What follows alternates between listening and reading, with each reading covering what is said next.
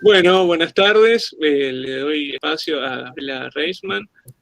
Estamos acá en el taller de medios interactivos junto al profesor Juan Pablo Lagruta y nuestros estudiantes y futuros licenciados en comunicación de la Universidad Nacional de General Sarmiento, de la localidad de Los Polvorín, de acá del conurbano noroeste, para charlar un poco con Gabriela como integrante de Humalá y que nos cuente un poco qué es la organización y también tu trabajo como encargada de comunicación. Dentro de lo que es la licenciatura y en particular esta asignatura, nos interesa trabajar o reunirnos también y que nos cuenten un poco cómo la experiencia real, ¿no? En relación a medios interactivos o a presencia en la web de organizaciones sociales, también comerciales, pero hoy queremos hablar con vos sobre tu trabajo, Gaby. Bueno, muchas gracias por la invitación y buenas tardes a todos. La verdad que es un honor para mí. Yo fui estudiante de la UNCS por un tiempito, soy de Villa de Mayo, pero vivo en Capital ya hace varios años. Es una facultad que me parece una universidad que me parece hermosa, así que las vueltas de la vida me trajeron hasta acá. También soy estudiante de la licenciatura de Comunicación Social en la UMED. Y bueno, la verdad es que la organización Mumalá, yo arranqué hace muy poquito. Mumalá es somos las mujeres de la matria latinoamericana. Estamos en todo el país, somos una organización federal de feminismo popular y disidente. Trabajamos muchísimo en territorio. Y bueno, el año pasado nos encontramos con esta nueva forma de vida que es la semipresencialidad, o bueno, en su momento prácticamente el confinamiento, que nos llevó un poco a tener que repensar nuestra comunicación en clave de las nuevas tecnologías disponibles para tener un alcance, ¿no? hacia nuestro público y también ampliarlo, que es uno de los grandes desafíos que tenemos las organizaciones para visibilizar el trabajo que hacemos, porque particularmente nos encontramos con el obstáculo de que Internet tiene sus sesgos, tiene sus algoritmos y su propia racionalidad, digamos, en la que son espacios que también están pensados en clave patriarcal. Digamos, la mayoría de los grandes compañías de internet y de tecnología están dirigidas por hombres, están pensadas por hombres, y no es casual que haya digamos, un alcance limitado para ciertos tipos de discursos y ciertos tipos de organizaciones dentro de lo que es, por ejemplo, Instagram, ¿no? Que es la herramienta que más utilizamos nosotros. Como les decía, Mumalá significa Mujeres de la Matria Latinoamericana, junto con Libres y Diverses, que es también una organización disidente. Conformamos la parte diversa y feminista del Partido Libres del Sur, y bueno, ya llevamos 6 años con la organización haciendo el registro de femicidios, y hace 3 años el observatorio que tenemos pasó a ser federal, es decir, que relevamos a nivel nacional las estadísticas de femicidios, travesticidios y también los intentos de femicidios. Y bueno, la verdad es que esa herramienta que empezamos a construir ya hace tanto tiempo nos dio cierta visibilización, cierta visibilidad en todo lo que es los medios de comunicación, porque fue uno de los primeros observatorios que surgió acá en Argentina, incluso cuando no había estadísticas oficiales. Y bueno, ese camino que fuimos haciendo, ese recorrido que fue un poco de trabajo de hormiga, hoy la verdad es que vemos sus frutos en cuanto a tener visibilidad en los medios, pero bueno, también nos encontramos ahí mismo con dificultades del estilo, con los medios hegemónicos por sobre todo, que Obviamente nosotros siempre estamos disponibles para cualquier consulta, duda, cualquier nota que quieran hacernos con respecto al observatorio, pero también notamos que hay una banalización, ¿no? de este fenómeno, o de esta, no sé si es un fenómeno, de esta situación que es muy real en realidad, que son los femicidios, porque nos encontramos con que los medios siempre nos llaman para, por ejemplo, el aniversario del 3J, o cuando hay algún caso particular que conmueve mucho a la sociedad, como pudo haber sido el femicidio de Úrsula en febrero, que fue un punto de quiebre importantísimo al nivel del primer Ni Una Menos, por ejemplo. Y bueno, seguimos trabajando, obviamente, y siempre estamos disponibles, pero sí notamos estas dificultades, ¿no? En cuanto al acceso a los medios. No sé si quieren hacer alguna pregunta con respecto a esto, o algún comentario. Yo te quería consultar, Gaby, sobre cómo te involucraste vos en la parte de comunicación, o cómo fue, cómo llegaste para ese lado dentro de la agrupación. Bueno, yo arranqué a militar en Mumalá inmediatamente después del 3J del 2020. Me reconozco feminista hace varios años, pero nunca había militado de forma colectiva. Y el año pasado, en pandemia, obviamente que estaba muy atenta a lo que iba a suceder con el 3J, ya que no iba a haber ninguna movilización. Entonces empecé a seguir muchas agrupaciones mediante redes sociales. Se había organizado, recuerdo, un cacerolazo, un ruidazo en realidad era, para el 3J. Yo estaba en agronomía viviendo en ese momento, y resulta que a la hora del ruidazo, que iba a ser el 3J a las 8 de la noche, por decirles algo, no se escuchaba absolutamente nada en el barrio. Y la verdad es que sentí una angustia muy grande, ¿no? Porque para mí era un día súper importante, que si no hubiese estado en pandemia hubiese estado en el Congreso. Y bueno, la verdad es que no poder vivirlo, no poder llevar adelante esa protesta, me llevó a que inmediatamente dije, necesito militar de forma organizada. Así que me sumé, encontré este espacio en Mumalá que veía que estaban mucho con el tema de los femicidios. Entonces empecé a reunirme con las compañeras, que en ese momento también estaban con reuniones virtuales, como todes.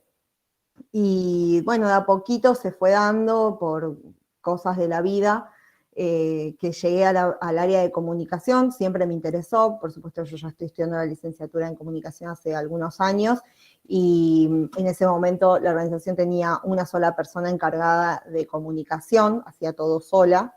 Entonces me sumó para que le dé una mano, porque veía que tenía facilidad para escribir, para transmitir las ideas que veníamos planteando en las reuniones, o porque tenían claro cuál era el discurso, digamos, que queríamos transmitir. Y bueno, de a poquito se fue dando. La realidad que para mí fue un tanto sorpresivo estar encargada de lo que es comunicación en poco tiempo, relativamente, más o menos habrán sido 6 meses. Pero bueno, o sea, también había una necesidad de reorganización, hubo movimientos dentro de la organización, entonces pasé a quedar como encargada de lo que es la comunicación de Mumalá acá en la ciudad de Buenos Aires, de la prensa también, y de la prensa a nivel nacional de Mumalá. Entonces, bueno, todos los meses tengo ciertas tareas puntuales, como por ejemplo enviar a todos los medios de comunicación nuestro registro actualizado de femicidios, coordinar las notas con las referentas, bueno, derivar a cada regional también los pedidos de entrevista, porque si surge que quieren hacer una entrevista en Tucumán, la referenta de Tucumán es la que toma la entrevista, y así. Y empecé haciendo esto, ¿no? Escribiendo algunas notas o descargos que nosotros solemos hacer. Y también hubo todo un debate, ¿no? En ese momento cuando empezamos a hacer la militancia más fuerte en redes, o sea, coincidió muy en paralelo a mi incorporación, con respecto a qué tipos de discursos empezar a visibilizar a través de las redes sociales. Pasó mucho, o también veo hoy por hoy, hay páginas que son, digamos, referencia como Feminacida, Mujeres que no fueron tapa, Bellamente, que tuvieron, bueno, o por lo menos yo las conocí más en pandemia y creo que tuvieron una explosión en ese momento. Y bueno, a veces hay cuestiones con las que estamos de acuerdo, cómo se comunican, incluso con este tipo de organizaciones o de páginas, y otras veces que no. Porque bueno, nosotros discutimos mucho esto del consumo irónico de los discursos en redes sociales, con respecto a, por ejemplo, alguna nota que haya sobre, no sé, recuerdo el caso reciente de Pampita, que había vuelto a bailar después de haber sido madre, ¿no? Y bueno, eso lo levantaron algunas páginas, la mayoría de las páginas, y si bien está buena la visibilización de esas cuestiones, a veces nos planteamos qué tan bueno es seguir reproduciendo esos discursos, aunque sea que lo hagamos en forma de repudio.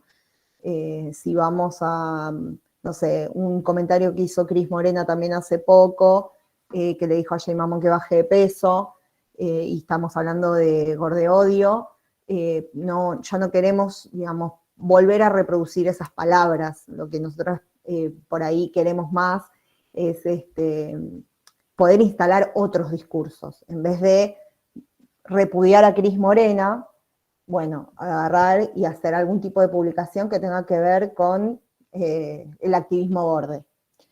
Porque me parece que es una buena forma, o por lo menos es algo que venimos planteando y en lo que estamos ahí coqueteando entre el sí y el no. Me parece que es una buena forma como de discutir esto, el consumo irónico que hay en redes, de que todos vayan a poner likes o que vayan a poner un comentario. A veces sentimos que la comunicación de algunas páginas se banalizan por eso, porque hacen publicaciones para generar interacción, para tener visualizaciones y para tener likes. Y la realidad es que si bien a nosotros nos interesa que el discurso, tenga una llegada, lo que no queremos es seguir reproduciendo esos discursos que nos parecen bastante dañinos. Y bueno, tenemos toda esta preparación, ¿no? Todos estos debates también para dentro de la Horda, en el que planteamos ciertas situaciones. Siempre es una organización muy horizontal en ese sentido, por eso estoy hace rato ahí y me gusta, porque la realidad es que hay espacio para poder debatir estas cuestiones y para poder plantear todo el tiempo, bueno, ¿usamos la X o no usamos la X? Porque la X en realidad no se puede nombrar, por ejemplo. Entonces, no, si vos usás en una palabra una X y no la podés pronunciar esa palabra, seguís invisibilizando de alguna manera a las personas que no están ni con la A ni con la O. Entonces, lo correcto sería usar la E, para eso vino el lenguaje inclusivo. Pero bueno, estamos trabajando también a nivel nacional, ¿no? Estas cuestiones, no solamente en Cava, la organización es muy grande y son cosas que van también cambiando todo el tiempo. Como sabemos, las redes son súper rápidas, avanzan a un ritmo vertiginoso en Internet y las TICs en general.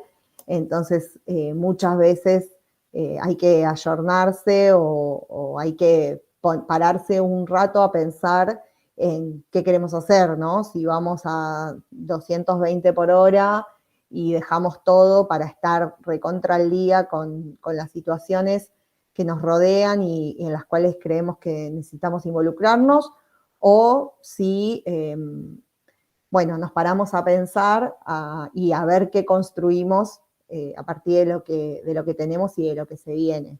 ¿no? Porque creo que esto, ¿no? La comunicación en una organización tiene que estar alineada y tiene que estar muy cuidada, y no solamente salir a decir algo por enojo o por bronca, porque a veces generas un efecto contrario también, ¿no? Este efecto de que alguien puede llegar a pensar, bueno, al final se quejan de todo, por decir algo, ¿no? Por poner un Claro, ejemplo. eso les debe pasar bastante, ¿no? No digo de que se quejan de todo, sino entre, bueno, respondemos a esto o seguimos el debate sobre el lenguaje inclusivo o algún otro tema de la organización antes de eso, cosas que pasan en la agenda y le damos, nos seguimos de largo, ¿no? Sí. Te iba a preguntar en relación a esto último sobre qué tipo de repercusiones, con qué les parece que les fue bien en redes sociales, que hayan visto que, no sé, tuvieron más gente haciéndoles consultas. eh, Bueno, en redes sociales, y seguimos trabajando en hilar muy fino con respecto a eso. Nosotros nos pasó el año pasado que hicimos muchos vivos, por ejemplo, de Instagram, ¿no? Todas las semanas tratábamos de hacer algún vivo, alguna actividad. Hicimos sobre sexualidad, sobre sí, sobre activismo gorde. eh, También hablamos con periodistas feministas para el Día de la Visibilidad de la Mujer en los Medios. Y bueno, eso durante el año, por ejemplo, el año pasado, y ya este año medio que lo abandonamos, porque durante el año al principio tenía muchas personas que se sumaban a los vivos, y durante el año fue creciendo, ¿no? Porque por ahí lo intentábamos hacer, no sé, un viernes a la tarde, un sábado a la tarde, y la verdad que la gente ya estaba recansada de las pantallas. A nosotros nos encantaba porque nos daba la posibilidad y la excusa de intercambiar con colegas de distintas áreas, con compañeras de distintas áreas, pero no nos servía en cuanto a visibilidad del espacio, ¿no? Sí, obviamente lo seguimos haciendo, puertas para adentro, y a veces hay temas incluso que son más delicados de hablar que los hacemos por Zoom, porque son cuestiones que por ahí cuidamos más la confidencialidad de quienes se sumen, entonces lo hacemos por Zoom. Y después lo que sí vemos mucho que funciona, por lo menos a nosotros, tenemos un espacio, si se quiere, que se llama los viernes de meme.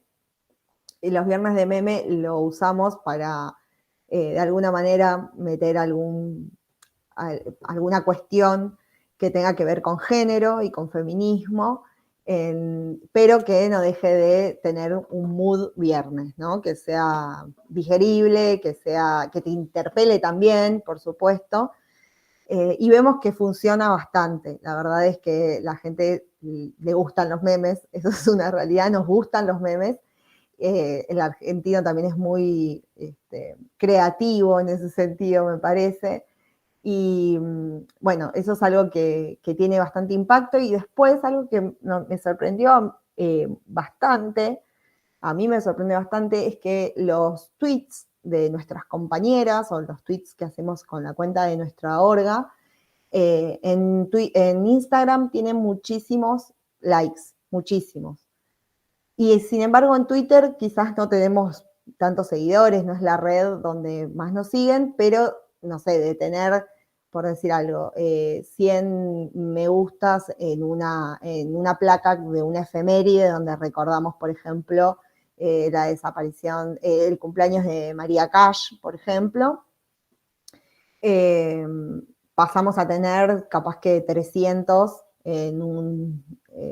poniendo la imagen de un tweet de una referenta o de la cuenta de la orga. Eso, la verdad es que no desconozco el motivo, pero sí vemos que es como bastante claro, ¿no? Esa distinción, porque nosotros también estamos debatiendo esto de decir, bueno, hacemos una placa, una pieza gráfica sobre una efeméride y después hacemos un texto para visibilizar. Y la gente por ahí no te lee el texto, pero si pones el texto en la imagen, evidentemente tiene más impacto. Eso es algo que bueno, estamos tratando de implementar más porque sí, tiene mucho más alcance. Bien, ¿y qué programas o qué aplicaciones estás usando para editar? Porque lo haces con el celu, ¿no?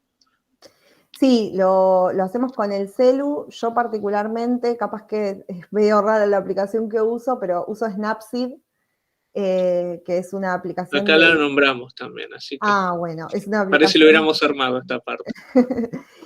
Uso Snapseed hace rato porque también saco fotos, o sea, soy un poco aficionada a la fotografía, así que la uso hace rato. Es una aplicación que para mí está muy buena para el celular.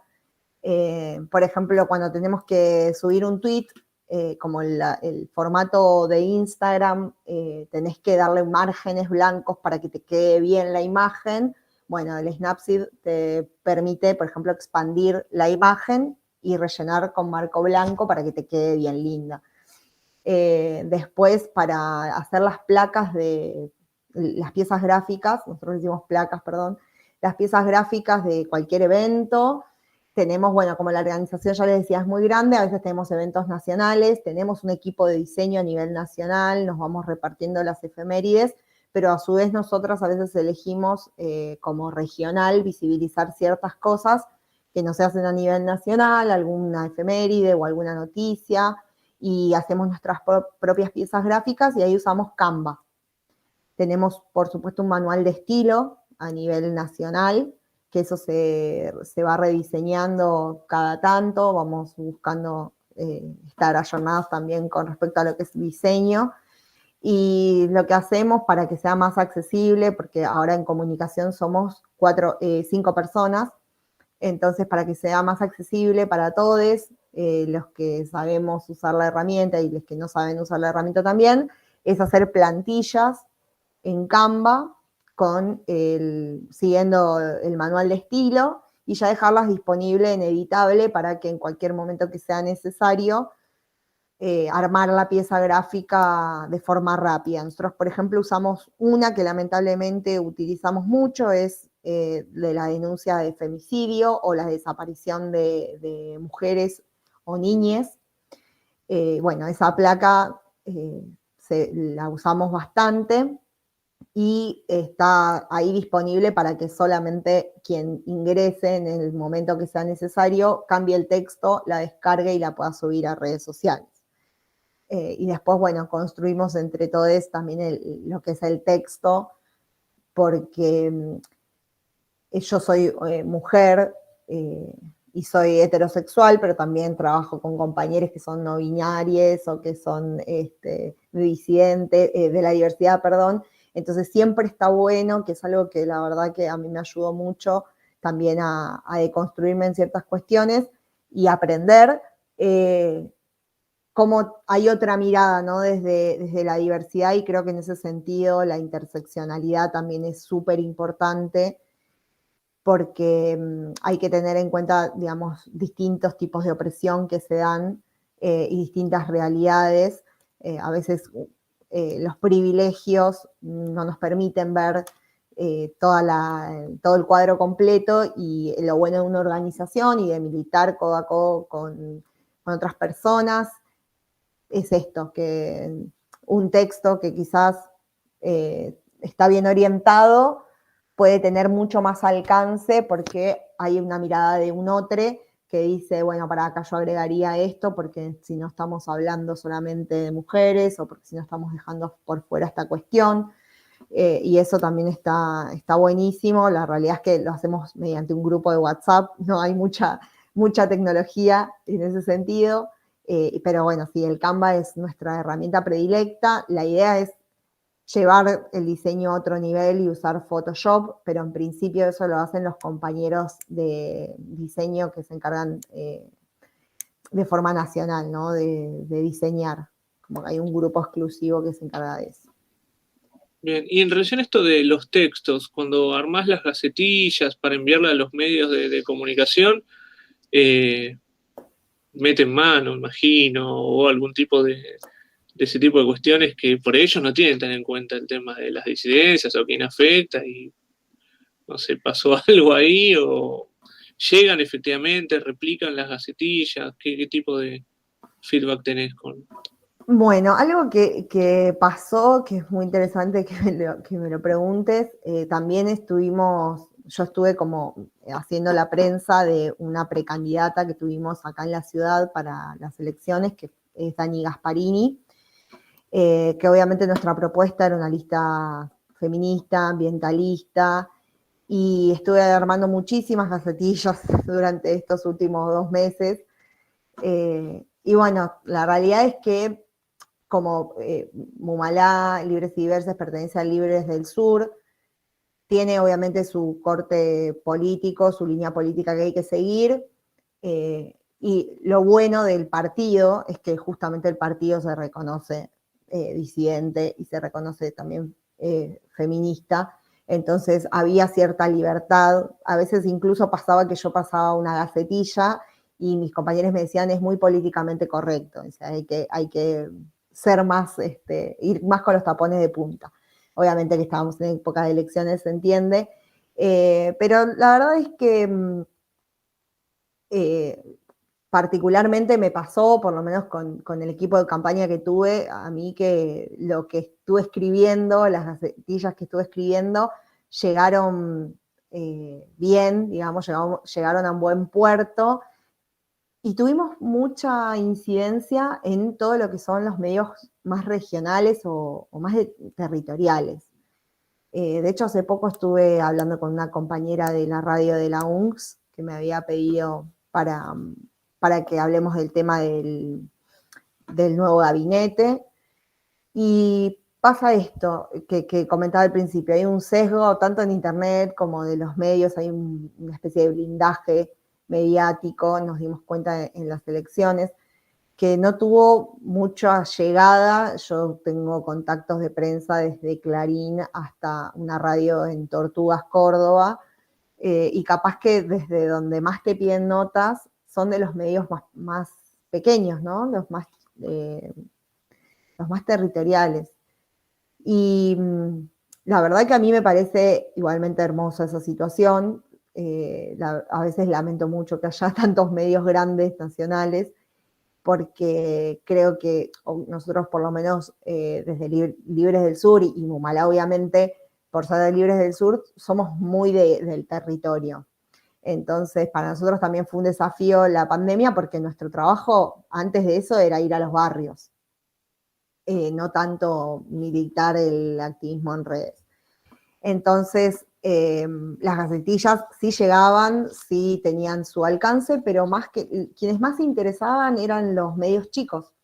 Los medios grandes, bueno, por cuestiones que exceden además a la cuestión de género, que ya tenían que ver con una cuestión mucho más política partidaria, nuestro balance fue, bueno, obviamente que a los medios mainstream les conviene continuar con un poco con la grieta, con ese discurso, y no teníamos visibilidad en medios grandes. De hecho, la única nota grande que levantó un medio en ese periodo fue, la única nota de un medio grande, perdón, fue cuando nuestra candidata se reunió con Beatriz Arlo y Diana Mafía para hacer un conversatorio, y con Alejandro Katz. Clarín sacó una nota al respecto y fue el miércoles previo a las elecciones, por decirlo, o el martes previo a las elecciones.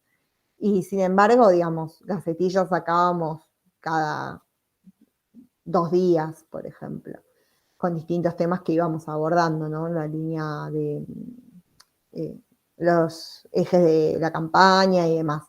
Pero bueno, cuando se involucraron grandes personalidades en nuestra campaña, recién ahí tuvimos visibilidad. Sí, es la única, ¿no? Es la única. Sí. Sí. Y en esta relación con los medios más regionales, ¿surge más el tema con radio o también medios digitales? No sé, gente que salga en vivo por YouTube o canales de Instagram, o son más radios. ¿Qué es lo que más sale?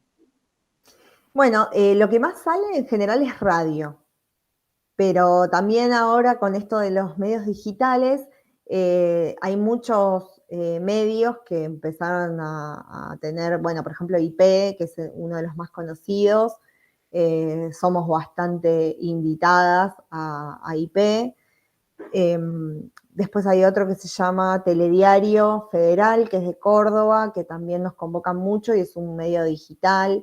Y también está pasando con las radios, esto de que están empezando a hacer otro tipo están usando otras tecnologías. Por ejemplo, hay una radio que la recomiendo fuerte, que se llama Radio Cítrica, que es de Avellaneda.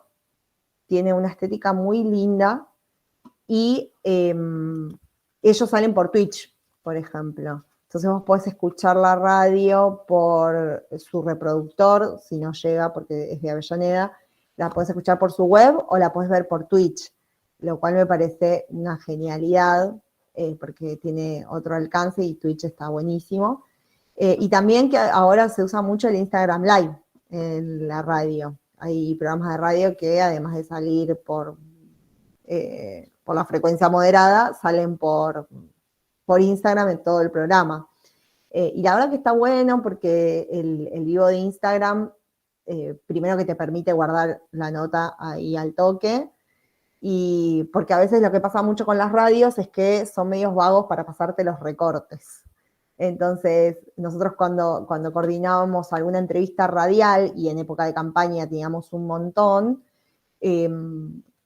siempre, o ahora cuando, no sé, nos llaman alguna nota para hacer por algún tema puntual de Mumalá, siempre hay alguien que está grabando de nosotras, ¿no? Porque si no, hasta que por ahí te pasan el recorte, nosotros queremos visibilizar obviamente el discurso de nuestras compañeras, y bueno, tenemos que grabarlas nosotras porque a veces tardan bastante en pasártelo. El otro día nos pasó con Radio Nacional Rock, que le hicieron una entrevista a nuestra compañera Dani Gasparini en la columna de Irina Hauser, que hace judiciales, en el programa de Mexux Ciberea, y todavía no logro que me pasen ese audio. Y para nosotros es de gran impacto, digamos, que haya estado en el programa de Mexux Ciberea, y con Irina Hauser, ¿no?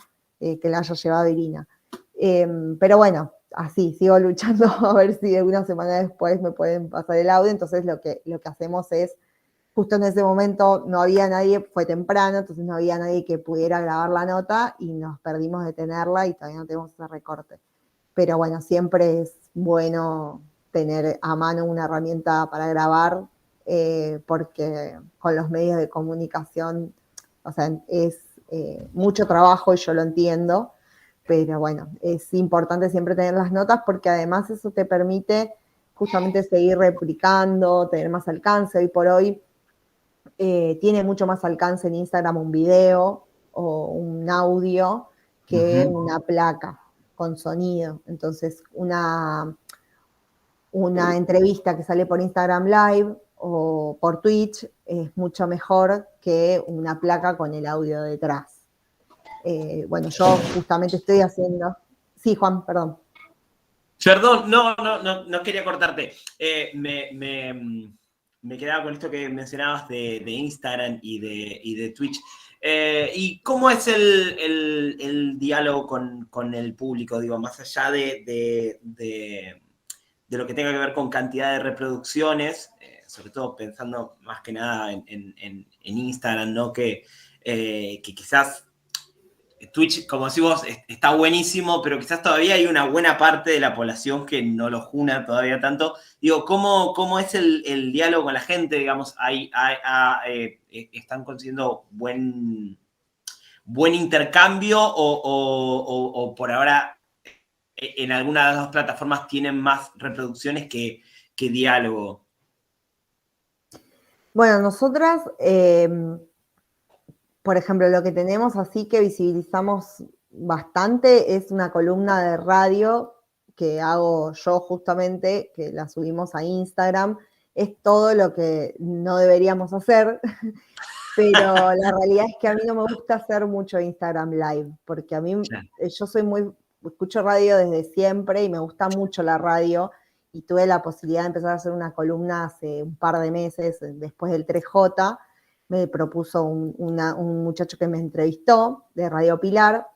Y bueno, yo sigo subiendo mi columna con el flyer de siempre y con el audio detrás.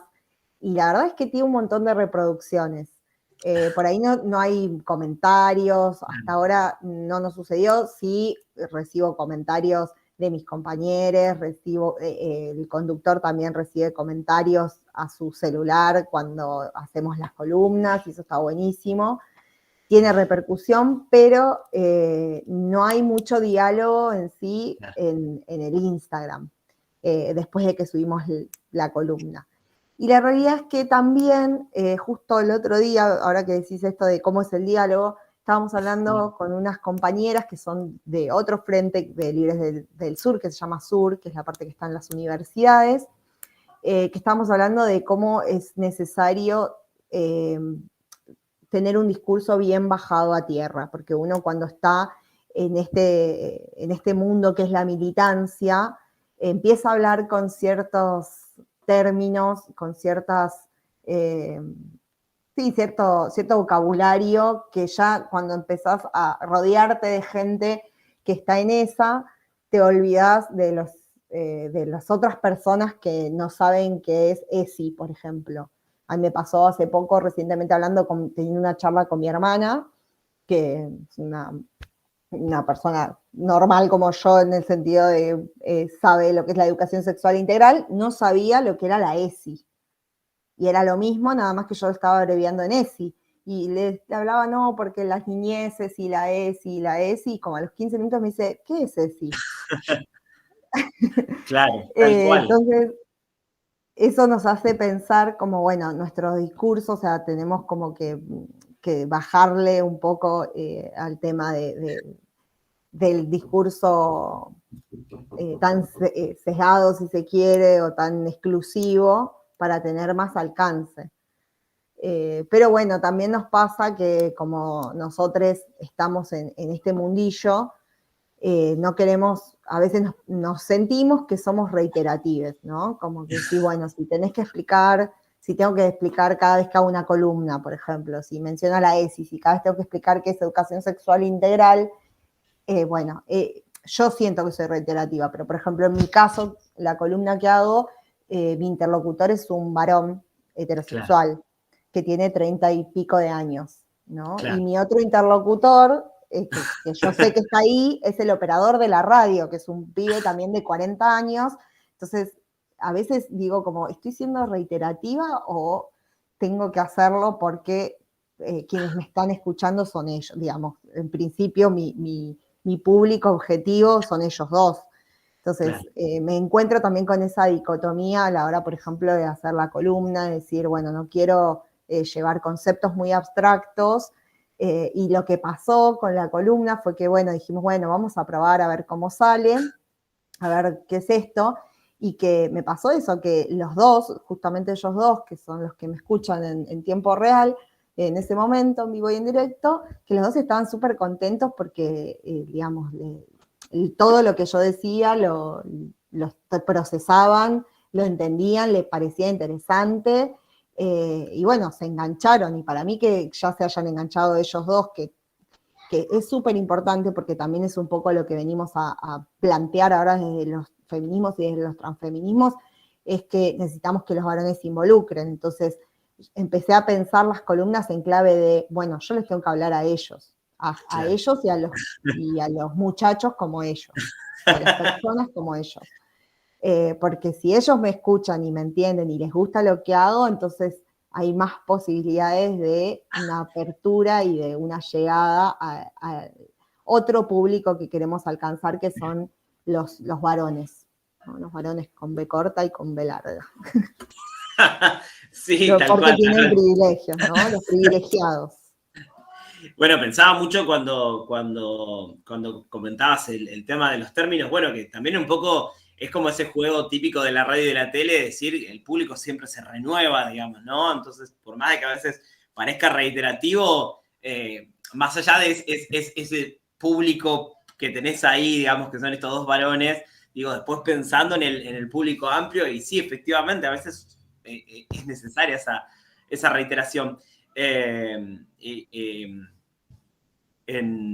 esta materia que está funcionando medio de marco de esta charla también, la idea siempre es pensar, ¿no? un plan de comunicación y qué importante para cualquier producto comunicativo, y lo pensaba mucho en esto de los términos que planteas vos y de, bueno, ahora tener que llegar también a esos varones con B corta y con B larga, qué importante es conocer también un poco ese público, ¿no? Que muchas veces por ahí uno no puede tener un montón de ideas de cómo quiere comunicar, pero que también tiene que tener en cuenta cuáles son las características de ese público, que muchas veces es distinta a quien está hablando, digamos, ¿no? Por ahí no es un público, en el caso de tu trayectoria, que esté vinculado a veces con la militancia, ¿no? O no con una militancia feminista, justamente. Sí, exacto. Bueno, esto es también justo lo que decís de la militancia, es bastante llamativo, porque bueno, si te pones a mirar, o si nos ponemos a mirar brevemente los espacios políticos, las mujeres están siempre en lo que son las líneas de base, en territorio, son las que paran la olla, son las que se encargan de todas las cuestiones más territoriales y por supuesto de cuidados, pero los representantes políticos por lo general son varones. Por suerte en el espacio que milito, las personas que representan al partido a nivel nacional en su gran mayoría son referentas mujeres, y la verdad que es un orgullo. Y también el otro día me comentaban unas compañeras de estas mismas compañeras de la universidad que decían cómo no se acercan los varones a nuestro espacio, dice, es increíble cómo les cuesta. Dice, y creo que es porque todas las referentas que tenemos son mujeres, dice, y no se sienten representados con el público. Y ellas justamente, siendo de la organización de la universidad, están tratando de ver cómo hacer para que se acerquen más varones, no sé, por decirte un número, 40 personas del frente, tenemos 3 compañeros que son varones, que son un amor, los chicos, yo los conozco, son divinos, los queremos, y yo decía, estos son los compañeros que queremos, pero sería buenísimo que venga alguien que no sea así y que pueda discutir estas ideas también, porque es lo que se necesita, ¿no? Para seguir avanzando. Es muy necesario, la verdad que es muy necesario, como así también, por ejemplo, no sé, pienso en el activismo ambiental, ¿no? Es necesario que esos discursos que para mí, digamos, a mi entender son mejores, la gente se empiece a involucrar, y obviamente hay que pensar el discurso en clave de cómo interpelás a ese público que no le está llegando, es súper importante, porque si no te quedás obviamente con tu mundo y vas a tener un alcance en solo a las personas que le interesa, y te van a compartir stories solo a las personas que le interesa la temática, y la idea justamente es, bueno, empezar a salir un poco de eso, porque el feminismo ya está súper instalado, hay temas que ya están súper instalados, pero bueno, hay gente que todavía no le entran balas por diversos motivos, y bueno, el desafío creo que hoy por hoy es ese, porque también el hecho de que haya había un año de bueno, en realidad la pandemia sigue, pero digo, un año de confinamiento prácticamente, hizo que no se pueda salir a las calles, que no se pueda hacer visual ese reclamo. Antes, cuando había un corte en la 9 de julio o una manifestación masiva, los medios de comunicación, obviamente que estaban ahí para buscar la nota, para llevarlo como noticia de actualidad, etc. Y eso el año pasado no estuvo para nada, porque no pudimos poner los cuerpos en la calle. Y bueno, hoy por hoy, si bien se puede hacer, tenemos que tener millones de cuidados, y en época de elecciones, en este año electoral, es muy difícil que se levanten estas cuestiones. De hecho, la semana pasada hubo una concentración en el Congreso, no voy a recordar específicamente cuál había sido la efeméride, tenía que ver con ambientalismo y la ley de humedales. Y bueno, fue una actividad bastante grande en cuanto a las organizaciones que militan por el ambientalismo. Y no sabemos realmente si el alcance fue tanto como hubiésemos querido, pero bueno, en el marco de las elecciones estos temas se muestran así como bocadillos y no tienen por ahí la llegada que nosotros quisiéramos, ¿no? Mumalá, además de que somos feministas, obviamente estamos a favor de cuidar el planeta, por supuesto, militamos en ese sentido. Tenemos actividades en relación a esto que hacen las compañeras de Córdoba, ahora estaban organizando una charla al respecto, muy interesante, sobre feminismo y medio ambiente. Pero bueno, tenemos que esto que decíamos, empezar a tejer entre los discursos que queremos transmitir y a partir de ahí pensar las estrategias de cara a llegamos hasta acá, pero tenemos que ponernos un objetivo nuevo que es tener más llegada y que los discursos hagan mella, digamos.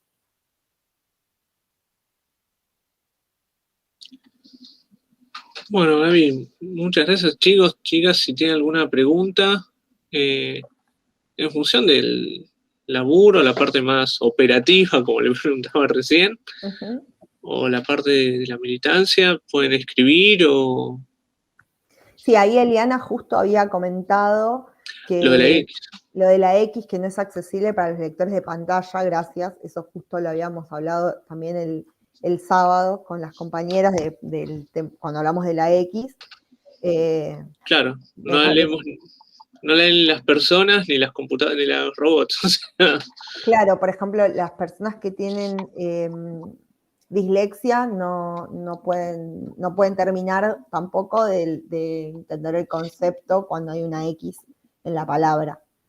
Entonces, eso también fue otra de las discusiones, de que no salió un flyer a nivel nacional que el año pasado había sido, porque ahora que de paso les comento para quienes les interese, el 8, 9 y 10 se va a hacer el 36 encuentro de mujeres y encuentro plurinacional de mujeres y disidencias.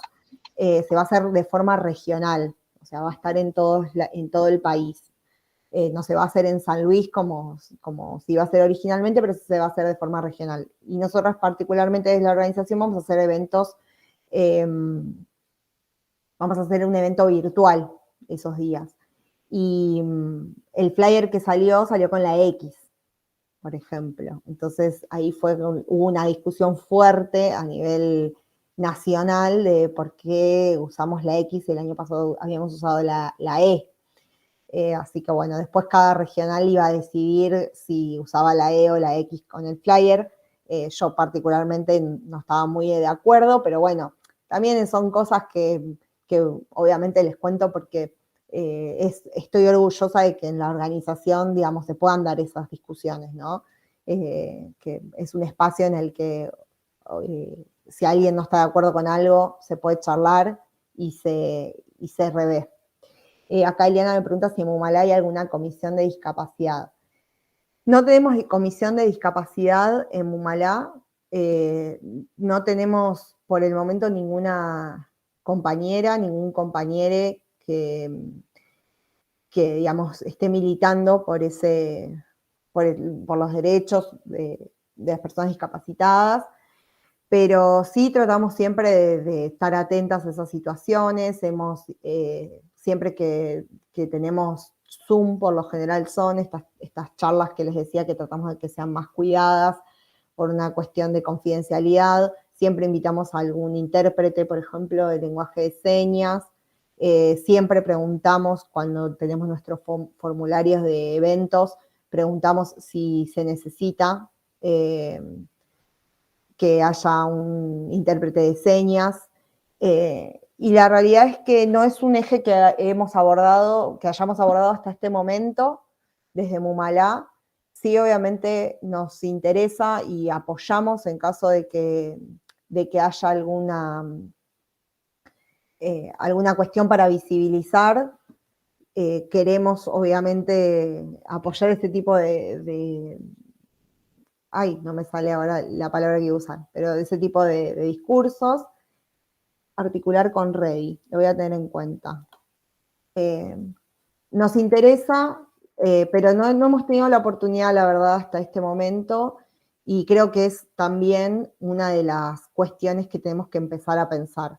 Sí se ha debatido, pero por el momento no avanzamos en ese sentido. Me gusta tu recomendación, Eliana, muchas gracias. Y justo con esto que decís de articular, nos ha pasado, por ejemplo, que ahora nos convocaron para trabajar con una organización que se llama Albergar Derechos, que es un observatorio que trabaja con personas en situación de calle, y están empezando a registrar los ataques hacia personas en situación de calle, y nos pidieron ayuda con respecto al observatorio y demás, y siempre estamos buscando este tipo de alianzas, así que está buenísimo que nos comentes, porque es algo que es necesario que incorporemos definitivamente en la organización. Sí, sobre todo porque REDI, por ejemplo, junto a la iniciativa de Spotlight y por sí también de forma autónoma también lleva a cabo talleres sobre violencia de género y discapacidad. Así que se relaciona bastante, así que nada, lo sugiero justamente porque van más o menos por la misma línea.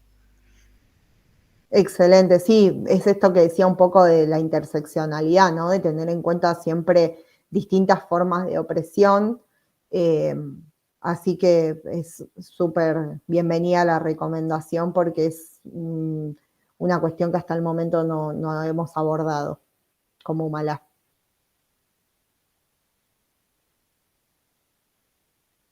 Sí, todo lo que tiene el observatorio es muy interesante, la verdad me parece una herramienta buenísima. Me parece que va a servir un montón eso para articular.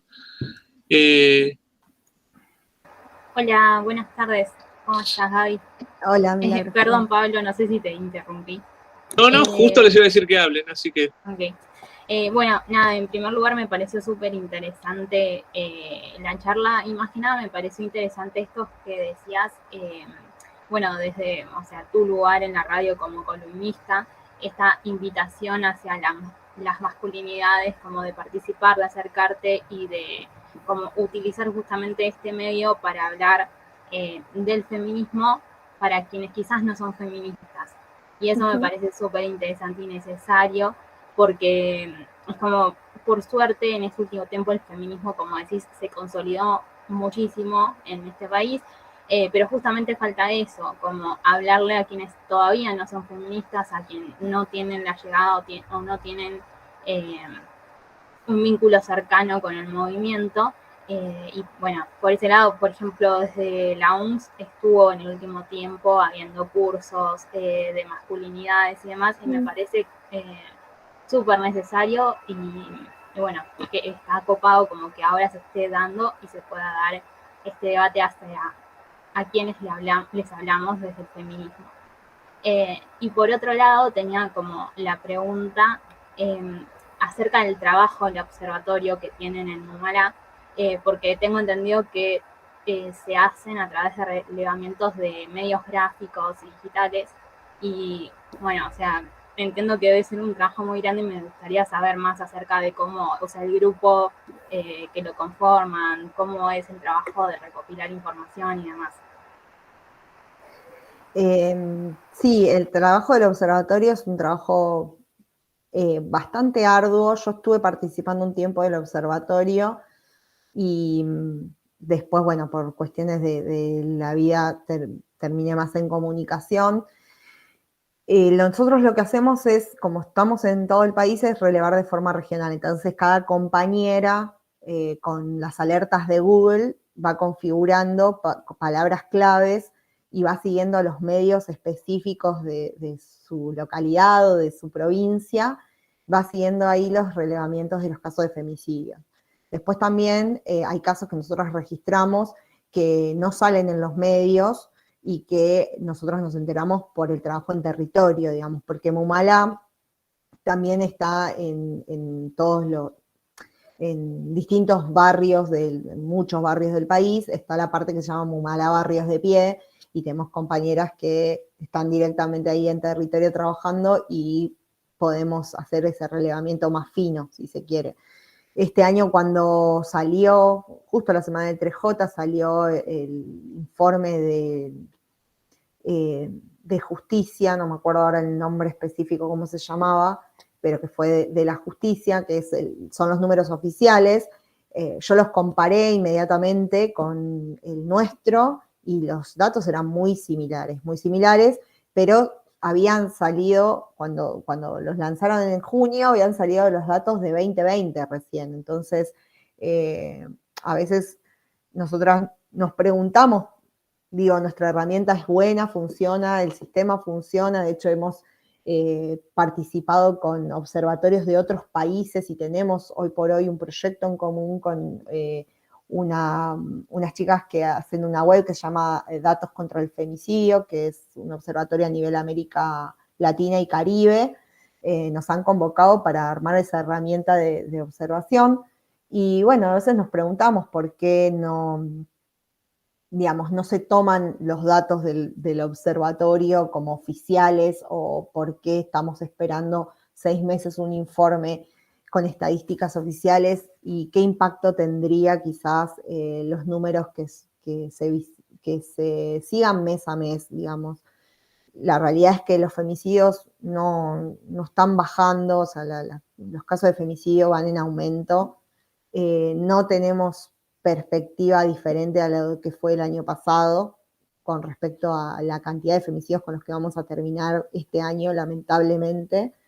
Entonces, sí, es muy duro, y decía esto de que estuve participando un tiempo porque la realidad es que también era todas las mañanas levantarme, tener las alertas de Google activadas, todas las mañanas levantarme y enterarte de un nuevo femicidio, por lo menos.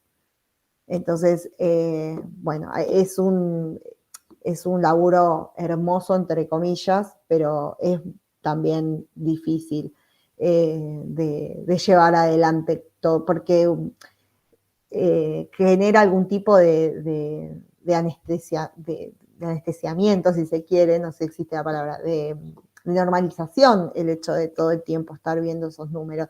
Y a mí por lo menos lo que me pasó es eso, ¿no? Yo llegué a un momento en que me levantaba y lo primero que miraba de las alertas de Google era que había un femicidio nuevo, o 2, o un intento de, y es duro encontrarse con esas noticias cada mañana.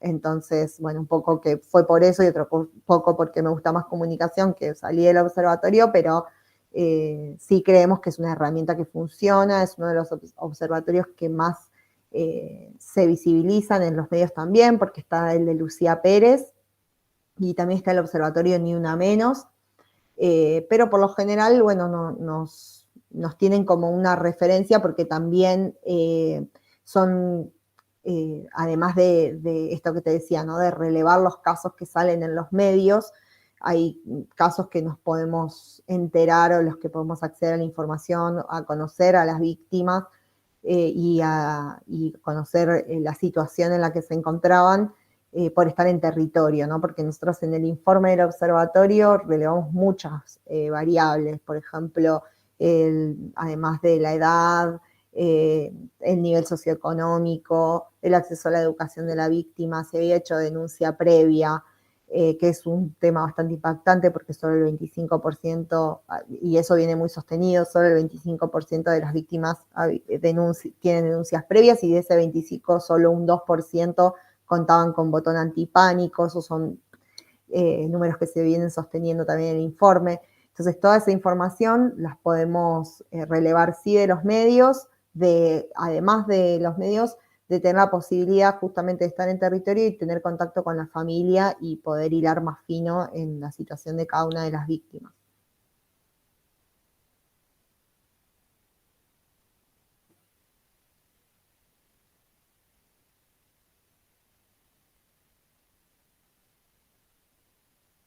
No sé si alguna otra pregunta querías, o si te respondí con eso que comenté.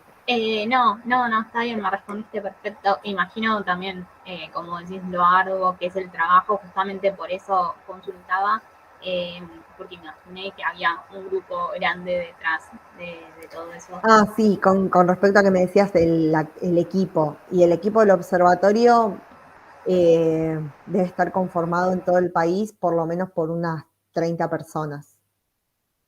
Por lo menos, porque tenemos gente en las provincias, tenemos más de una persona, en algunas provincias, pero por ejemplo en La Pampa no tenemos a nadie que haga el relevamiento, porque también hay una realidad con respecto a la cantidad de femicidios, ¿no? Por ejemplo, provincia de Buenos Aires tiene una de las mayores tasas de femicidio, pero también por densidad poblacional.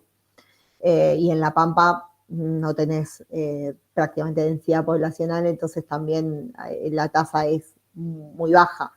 El NOA, el NEA, por ejemplo, son regiones que se la ven tan en rojo, y ahí sí hay más de una persona trabajando, porque a veces hay compañías que tienen que cargar 3 femicidios, 4 femicidios en un día. Buenísimo, muchas gracias. No, por nada.